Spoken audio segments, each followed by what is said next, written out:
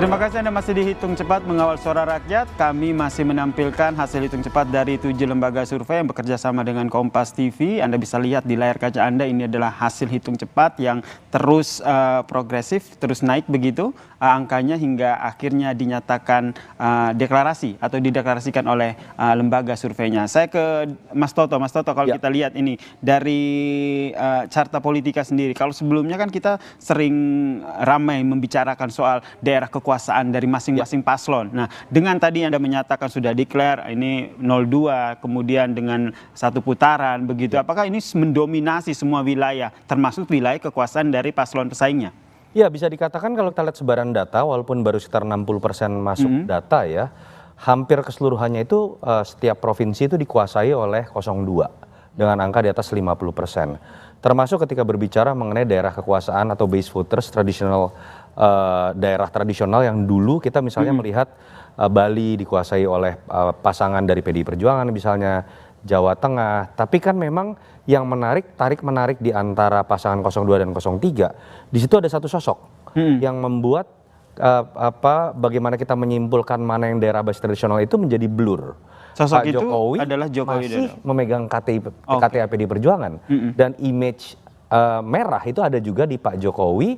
Di situ ada saling mempengaruhi. Ada yang mengatakan Pak Jokowi ditopang oleh PDI Perjuangan, tapi ada juga yang mengatakan PDI Perjuangan 2 kali menang dalam pemilu ditopang oleh sosok Jokowi. Jadi ketika Jokowi menempatkan anaknya langsung dengan simbol ini kan yang ekstrim ya menurut saya.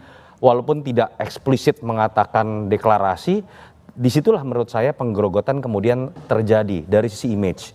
Yang kemudian kita bisa diskusikan bahwa di situ misalnya kalau seperti Jawa Tengah, kita tahu dalam 2 minggu terakhir sebelumnya ada sekitar 5-6 hari Pak Jokowi menginap di Jawa Tengah dan Jogja, dan ada bansos yang di situ bergulir dengan sangat besar jumlahnya, dan banyak yang menduga-duga ini sulit untuk dikatakan tidak terkait dengan masalah Pilpres. Tapi pada akhirnya ya memang secara angka kita bisa melihat Jokowi efek ini menjadi sangat besar buat Pak Prabowo. Jadi menariknya adalah Pak Prabowo dengan Jokowi ini kan tadi orang menduga ketika ditambahkan dia seperti air dan minyak, bisa terpisah segmen pemilihnya.